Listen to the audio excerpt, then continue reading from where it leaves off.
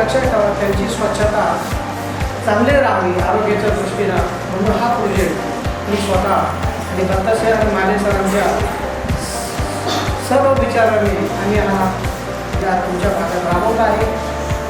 सर्वांना माझ्या शुभेच्छा. माझ्या सगळ्या मुलींची समस्या तुम्ही जाणून घेतली त्याबद्दल खरंच किती आभार मानावे शब्दात नाही मानू शकत, नाही का. तर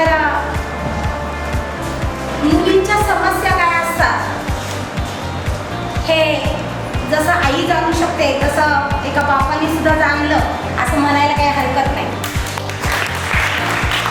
आणि येणारी पिढी चांगली करण्यासाठी म्हणजे तुकोबांचा अभंग आहे, शुद्ध बीजापोटी मिळती फळे रसाळ कोमट. जर बीज चांगलं असेल तर फळ चांगलं मिळेल आणि आपल्याला भविष्यात फळं चांगली हवी असतील तर तुमचं बीज छान राहिलं पाहिजे.